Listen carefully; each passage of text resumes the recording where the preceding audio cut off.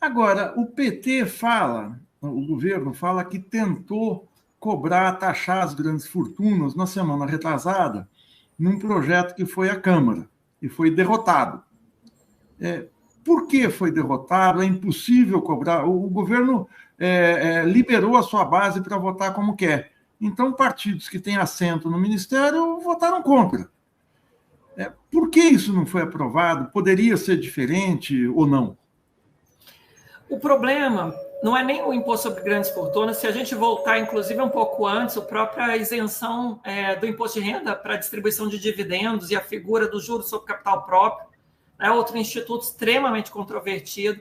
O problema é que o governo, este e a maioria dos que antecederam, não quer comprar conflito, de fato, com esse conjunto de pessoas que tem um poder econômico e político muito grande. Então, o atual governo começa a sua gestão endereçando, por exemplo, a questão da reforma tributária do consumo, quando deveria ter, de uma certa forma, direcionado melhor aquele capital político inicial para a tributação da renda, que é muito desigual. Fez a reforma tributária do consumo, ao mesmo tempo admitiu uma série de exceções na tributação de ICMS, que agora vai virar o IBS, né? E do ISS, admitiu tantas exceções que vai voltar a sobrecarregar os mais pobres, ou vai redistribuir o peso para o conjunto da sociedade, não vai alcançar os mais ricos. Então, a tese de que ia inserir o rico no imposto de renda e inserir o pobre no orçamento acabou sendo, na verdade, uma propaganda que não se verifica. E digo mais, também houve uma perda de oportunidade grande do governo quando da revogação do teto no âmbito da emenda 126. Aquilo ali, para mim, talvez foi o maior erro de concepção do início do governo, porque, ao invés de revogar de saída na emenda constitucional 126, prometeu uma lei complementar, que depois virou a lei do novo arcabouço fiscal, que repetiu a mesma estratégia do teto, de forma engessando a atuação governamental, tolhendo e, ao mesmo tempo, criando uma dificuldade de pactuar com a sociedade o que é prioridade. O desafio mais consistente era, no início do governo, ter revogado o direto teto. E não teria nenhuma lacuna, Gilberto, nenhuma lacuna de normatividade. Porque revogando o teto, voltaria a vigorar, como de fato a gente poderia ter restabelecido, a lei de responsabilidade fiscal. Não teria nenhuma insegurança jurídica. E a LRF tem mais flexibilidade, porque a cada ano você estabelece a meta de resultado primário, você teria mais capacidade de fazer um acordo mais equitativo. Ao meu sentir, eu cheguei a escrever artigo sobre isso, talvez você se lembre, a perda de oportunidade da emenda de transição foi equivalente ao que o governo da Grécia, na época, o Tsipras, o governo do Tsipras, o partido Siriza, quando daquele plebiscito em relação a se permanecia ou não na União Europeia, para fazer um debate estrutural, que o povo grego conferiu naquela ocasião ao governo grego o direito de decidir, para fazer um reacordo de bases, inclusive do ponto de vista de pacto social.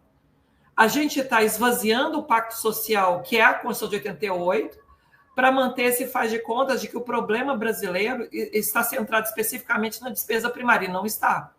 A gente tem um conflito distributivo anterior, repito, que é no conjunto das receitas, o que não arrecadamos, e que reconcentra muito só na população que já tem a sua riqueza subtributada, né? Eu diria, inclusive, os agentes superavitários da economia, eles têm uma carga tributária média de 6%, ou menos. O Gobetti, né, ele tem feito vários estudos junto com o próprio Rodrigo Araí, o Sérgio Gobetti e o Rodrigo Araí, exatamente denunciando isso.